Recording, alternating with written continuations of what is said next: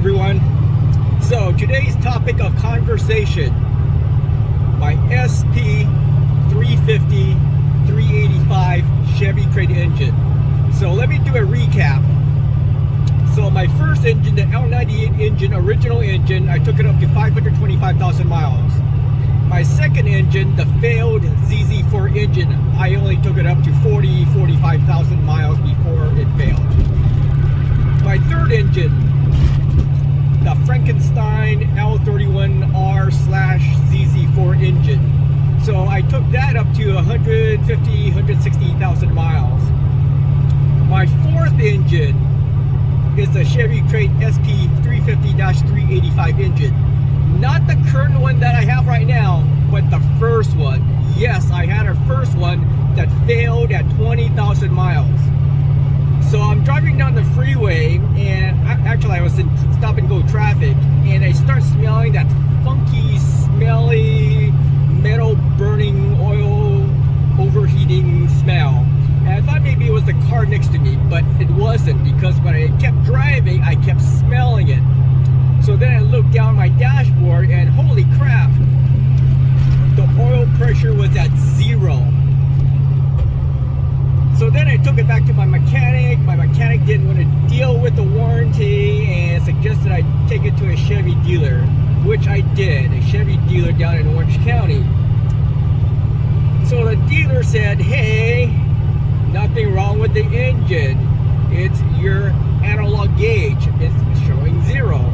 So then I took it back to my mechanic, and we installed the Autometer Blue Digital oil pressure gauge, which I showed you in my prior video.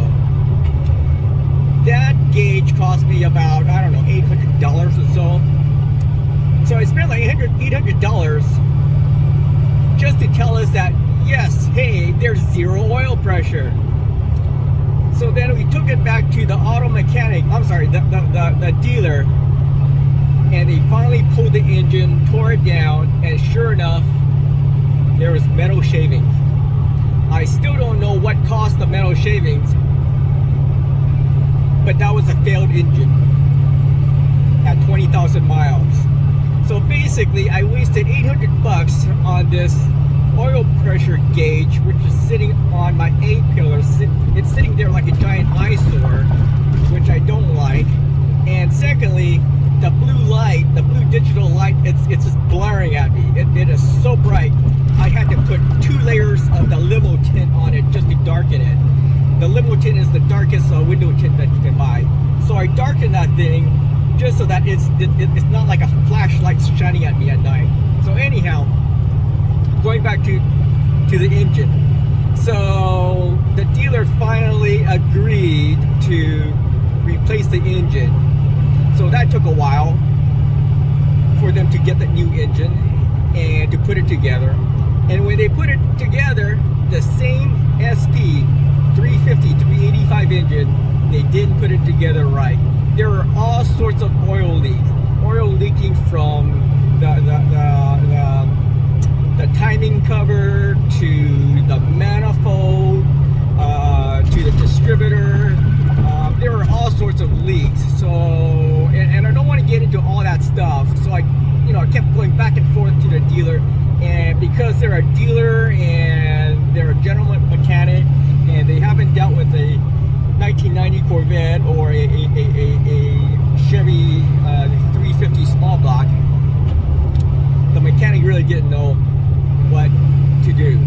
So I ended up taking my car back to my original Corvette mechanic, and we fixed everything. In fact, I just got my car back a couple weeks ago. The number one thing being the oil leak on the manifold. So we replaced the manifold gasket with a Felpro manifold gasket. And oh, by the way, the Chevy SP 350 385 has the fast burn heads. So if you're still running the original tune port intake, you're gonna have to get the Skaggen-Diggy manifold plate, because otherwise it won't fit. So I had to do that. The Skaggen-Diggy manifold plate is, I think it part number was like 3816 or something like that. So I got that, and you know, you gotta put it together just right. If you don't, it'll leak. And so my mechanic was able to put it together. So far so good. So far so good. Again, I just picked up my car a couple weeks ago at 768,000 miles. And by the way, I currently have 772,882 miles on my odometer right now, for the record. So anyhow, going back to the Chevy engine. So I just got it, and so far I have about 30,000 miles on this second SP350 385 engine. I'm hoping that this engine will take me up to 1 million miles. I'm hoping. I'm keeping my fingers crossed, because historically, you know, I've had all sorts of problems with my crate engines and trying to get different parts for the engine, and you know, it just took a while.